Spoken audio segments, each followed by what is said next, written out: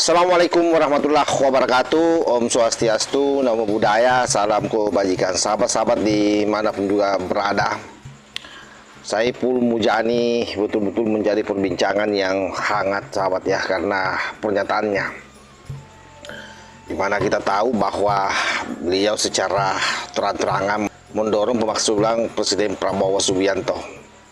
Oleh sebab itu, banyak orang yang menilai, termasuk saya ya, bahwa ini bukan lagi sekedar kritik, tapi ini adalah merupakan eskalasi.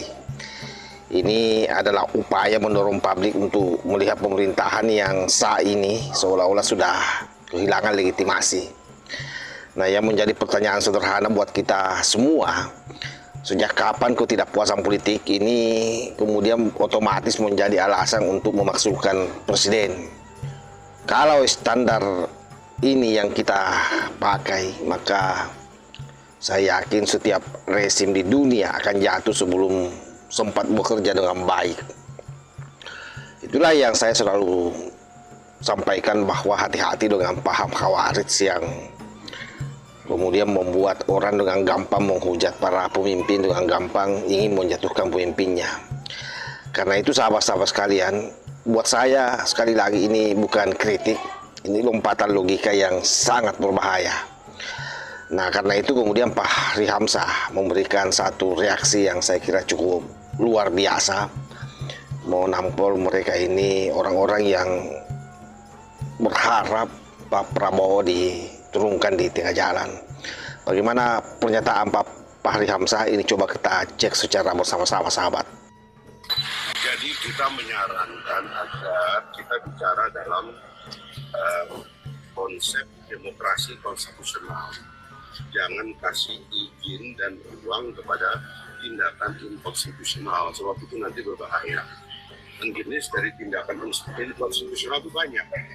Kalau semua orang boleh mengizinkan terjadinya tindakan inkonstitusional, ya negara kita lagi kayak begini, dunia lagi kacau, kita lagi memerlukan kesepahaman dan kesepakatan. Harusnya kita bicara dalam wadah konstitusional, dan dalam sistem konstitusi kita presiden itu bukan satu-satunya, ada cabang-cabang kekuasaan yang lain yang juga bisa ditagih sebagai bagian daripada tanggung jawab kolektif negara kepada masyarakat. Itu saya kira kawan-kawan itu sepakat itulah, apalagi kalau yang aktivis. Setengah mati loh kita membangun demokrasi kita kalau kita mengizinkan kekacauan kembali, kan nanti repot. Ya tolong introspeksi juga lah. Dunia lagi tidak mengizinkan kita untuk macam-macam lah ya. Dunia lagi memerlukan kita untuk kompak besar. Apalagi kalau kita bicara Pak Prabowo, itu tidak ada niatnya yang tidak baik. Semua ini kan untuk masyarakat. Tapi kalau beliau bilang ada penghematan dan sebagainya, ya itu kita adjust lah. Kan memang faktanya juga ada banyak kebocoran dan keborosan di mana-mana, dan itu aja yang kita perlu perbaiki. Kan baik semua niat itu, ya. Jadi kita menyarankan agar kita bicara dalam konsep demokrasi konstitusional. Jangan kasih izin dan ruang kepada tindakan inkonstitusional, sebab itu nanti berbahaya. Dan jenis dari tindakan inkonstitusional itu banyak. Kalau semua orang boleh mengizinkan terjadinya tindakan inkonstitusional, ya negara kita lagi kayak begini, dunia lagi kacau, kita lagi memerlukan kesepahaman dan kesepakatan. Harusnya kita bicara dalam wadah konstitusional, dan dalam sistem konstitusi kita presiden itu bukan satu-satunya, ada cabang-cabang kekuasaan yang lain yang juga bisa ditagih sebagai bagian daripada tanggung jawab kolektif negara kepada masyarakat. Itu saya kira kawan-kawan itu sepakat itulah, apalagi kalau yang aktivis. Setengah mati loh kita membangun demokrasi kita kalau kita mengizinkan kekacauan kembali, kan nanti repot.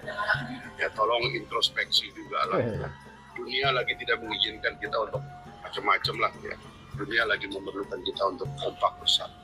Apalagi kalau kita bicara Pak Prabowo, itu tidak ada niatnya yang tidak baik. Semua ini kan untuk masyarakat. Tapi kalau beliau bilang ada penghematan dan sebagainya, ya itu kita adjust lah. Kan memang faktanya juga ada banyak kebocoran dan keborosan di mana-mana, dan itu aja yang kita perlu perbaiki. Kan baik semua niat itu.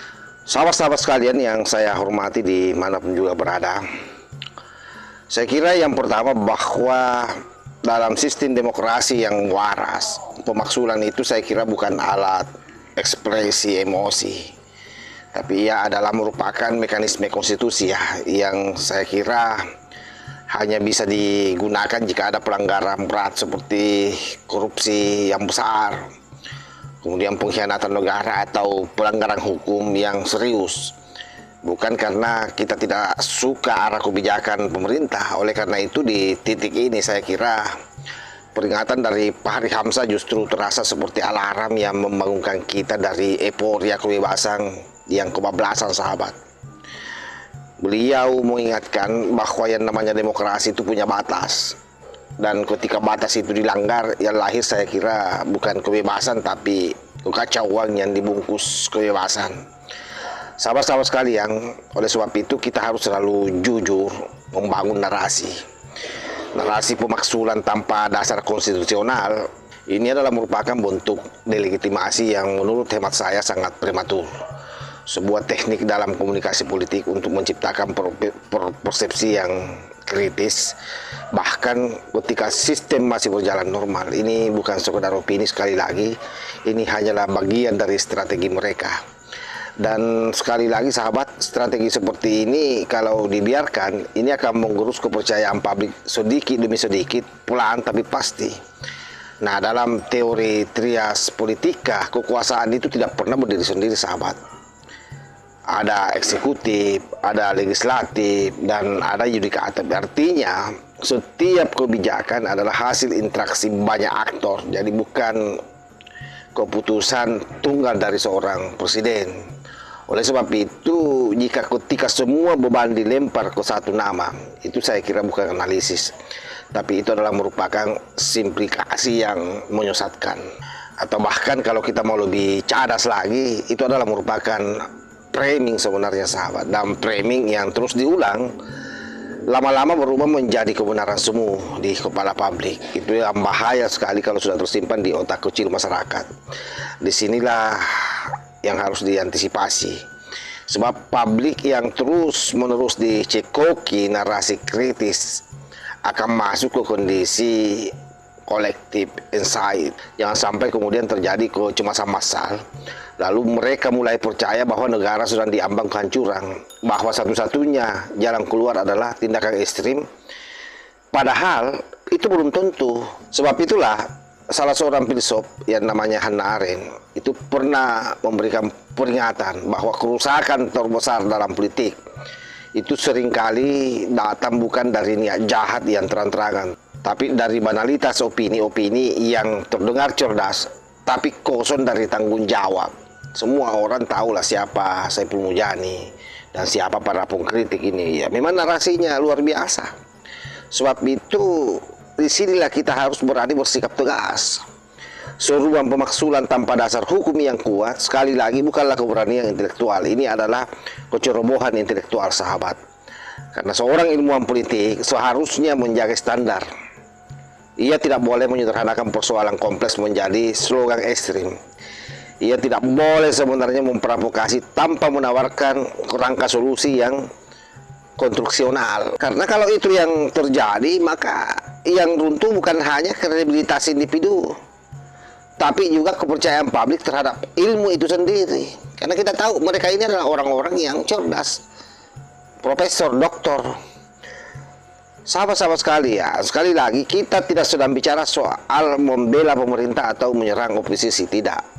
Kita sedang bicara soal menjaga akal sehat dalam alam demokrasi ini. Karena kalau setiap kritik naik level menjadi tuntutan pemaksulan, maka kita sedang menanam bom waktu dalam sistem kita sendiri.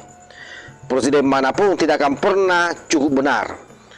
Yang namanya kebijakan akan selalu jadi alasan untuk menjatuhkannya. Dan akhirnya negara kita ini akan sibuk menggulingkan, bukan membangun. Itulah yang terjadi sebenarnya yang ada di Timur Tengah sana, sahabat. Kenapa kacau balau terus? Nah, kita tidak menginginkan itu terjadi di Indonesia. Sebab itulah sahabat-sahabat sekalian, pada titik ini saya mengajak masyarakat untuk cerdas. Bedakan mana kritik yang membangun dan mana narasi yang memang sengaja didorong untuk menciptakan ketidakpercayaan. Karena tidak semua yang terdengar keras itu benar. Itu harus dibol. Dan tidak semua yang mengatasnamakan demokrasi itu sedang menyelamatkan demokrasi. Jadi hati-hati dengan narasi demokrasi. Bisa jadi justru sedang merusaknya dari dalam. Jadi sekali lagi, kritik itu wajib. Tapi kalau sudah melompat ke pemaksulan tanpa pijakan konstitusi yang jelas, itu bukan lagi kritik. Itu adalah merupakan provokasi melalui topeng intelektual. Dan demokrasi yang sehat tidak boleh tunduk pada topeng seperti ini. Itu yang harus dicatat baik-baik. Jadi jangan sampai mendengar betapa heroiknya mereka menyampaikan soal pemaksulan, lalu kemudian kita menganggap bahwa itu adalah hal yang benar. Hati-hati. Saya kira demikian sahabat ya, mudah-mudahan semua bisa tercerahkan dengan pernyataan Pak Fahri Hamzah, sekalipun pernyataannya saya spill pendek. Yang pasti bahwa kita tidak menginginkan, kita ini hanya sibuk mengganti pemimpin, kita mau membangun.